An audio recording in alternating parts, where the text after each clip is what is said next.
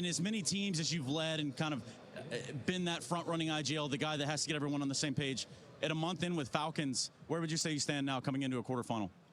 I mean, from our potential, I think we're at 60, 70. But we can have an A game and we can play really good. So I'm just looking forward to kind of show. This time we haven't hit our A game yet. So in my opinion, it's going to be very interesting to see if we can hit it today, because you need to hit a really good game to beat a team like Vitality in the quarters. Absolutely do. What about beating a team like Na'Vi earlier on, just before we got into the Lanxess itself? Did that do anything for the Falcons or for you as a leader? Is it some sort of validation, perhaps? I think the validation of our mentality, being down 11-6 against a team like Na'Vi in a 2-1 game where, you have to kind of win that not to go to the 2-2 game, right? So I think the mentality has been proved to every time we play. Even though how we play, we don't play our best CS, we need to fight to win. And I think that we have showcased a lot of times now in arena as well. So that's the thing I took away from that game. And of course, we can play better. We all know that. But in the end, mentality was the thing we took away. And what I want to bring today to the team is focus on that. All right, last question I got for you this, man. Counter-Strike turns 27 today. It's a humongous part of your life. It's probably the biggest part of your life. What do you have to say? Congratulations. I think it's part of my life and will forever be. I've been playing this game since 2001. So that's a long time, So, yeah, being part of the history of the game is nice. And let's celebrate with another insane game here in the arena. Good luck, Kerrigan. Thank you. I'm here with Apex ahead of a monumental clash of Vitality versus Falcons. Tell me a little bit about waiting here, because that last game went forever. You had to huddle, you couldn't get into your rooms. What was that like? It was long, really long. Probably the longest wait we had for a long time. We were waiting backstage, playing football, watching the game, playing football again, watching the game. That was a really long moment, but it's okay. That's part of the game. We had to wait, and that was actually a good game to watch. Yeah, I mean, it was so fun to watch, but it's also a stark reminder of how you have to be on point every second in a major like this, right? I'm sure you didn't need that reminder because you've been through things like this, but still watching it, you start building up that tension of, we have to do this as well.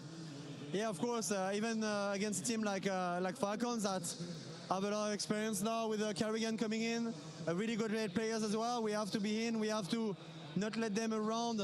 That we have to win, etc. So no, the tension is high, and everything is gonna be fired today. I'm pretty sure. So we just have to focus on ourselves, be sure that we do things well, and try to do a really good show for people.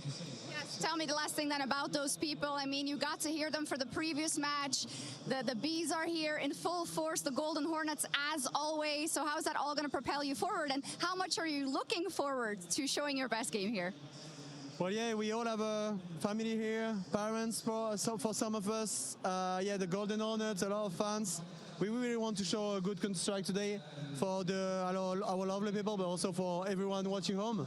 So yeah, I hope it's gonna be a banger. I hope we're gonna get the win, and I hope we're here to win our third major in a row. That's the first step. So let's see how it goes today. Merci, bonne chance. Merci. The Intel Extreme Masters Cologne Major 2026 is brought to you by ESL in partnership with Intel, Acer Predator, DHL,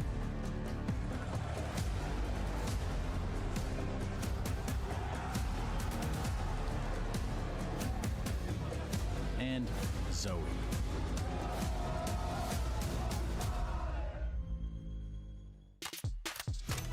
Oh wow, there's the first for Huntcrack. Hiko gets a double. There's still 2 players left. They got no help on them. 13 and 3. Oh my goodness, how does he do this? How does Hiko do it again?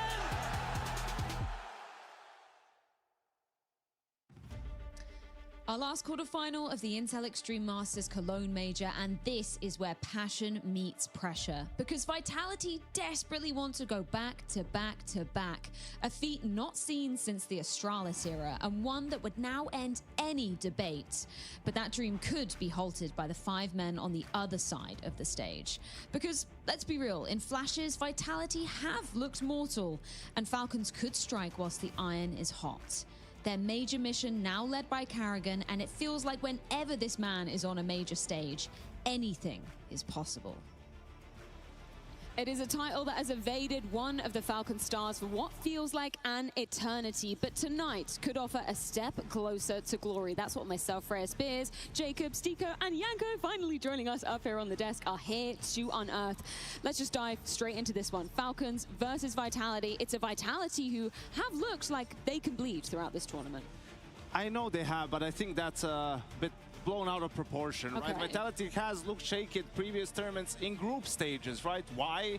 Because they win every tournament. Like, they're not concerned until they get to the playoffs, right? Like, 5 out of the 6 tournaments that you see here, they didn't lose a map in the playoffs. So why would they care how they look like in the group stages? Yes, they were a little bit shaky. Yes, they were losing some rounds. You don't usually see them lose because they know for them the tournament starts now.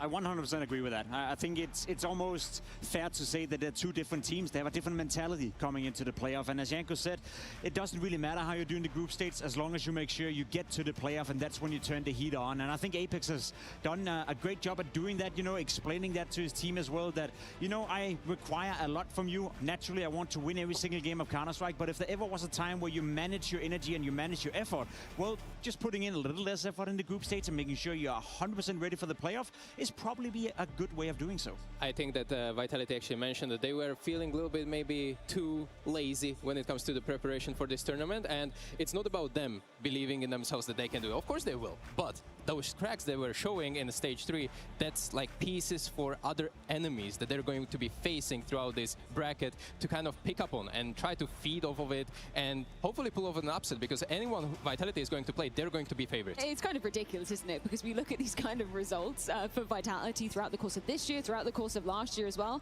And I feel like, Yanko, it makes us a little bit greedy because we've been used to them being so damn consistent, picking up gold literally every single place that they go.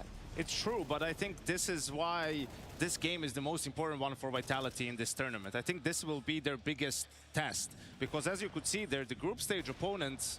Nothing special, really. Yes, 9Z had a great event, right? But Vitality should win that game, you know, 9 times out of 10. It was an outlier, really. So coming into this arena, going up against the Falcon squad that, you know, is the one that had the most success against them in recent history, is going to be a challenge. I 100% agree with that. I think, you know, if you look at the bracket, you look at the other teams in the playoff, the one team that has found a way to beat Vitality, not necessarily consistently, but more so than any other team out there, has been Falcons. And they're coming in with a bit of new energy as well, coming in with Kerrigan, who has a bit of a habit of playing tricks when he gets into the playoff, you know, formerly with FaceEight, now with Falcons. So I agree. I think the biggest test for Falcons here would be, the biggest test for Vitality is going to be Falcons. So, Stiko, what moments could maybe Kerrigan and co be looking at from some of those stage 3 performances for Vitality?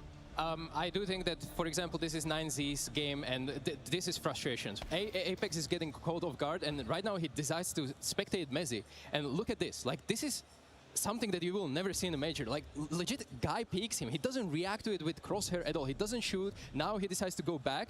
And this is kind of like only small thing where frustration just shows. And we can go into the voice comms actually and hear what happened there. Yeah. Hey, before you were holding, I said PP, William. You didn't see? Okay, it's fine. Good. I was talking BP.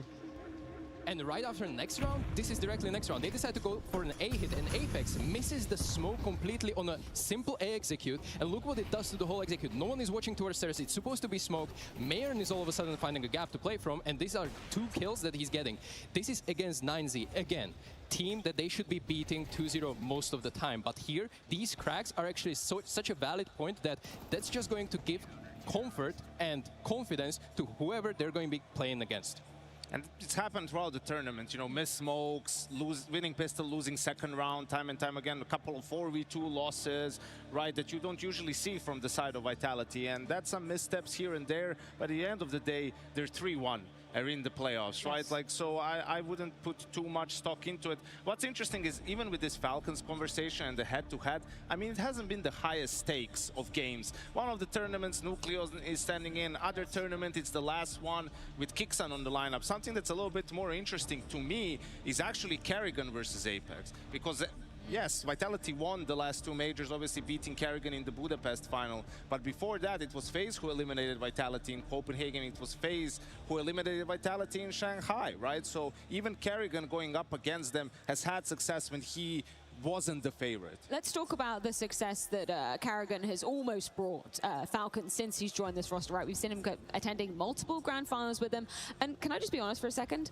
I hate this conversation about critiquing Karrigan for his firepower, right? I don't think Falcons brought in a guy like Karrigan to get more frags. It's for the brain. That's purely why they brought him into the squad. Yeah, but you can I think both. I'd almost argue, Karrigan can be a liability in the fragging department while also being a great brain for Falcons. I think what you brought in with Karrigan is obviously a lot of know-how, a lot of experience, and it's a fresh way of looking at Counter-Strike, and also a way of maybe enabling even more of m0NESY, even more of Kyusuke, even more of Nico as well, and just shaking up the team.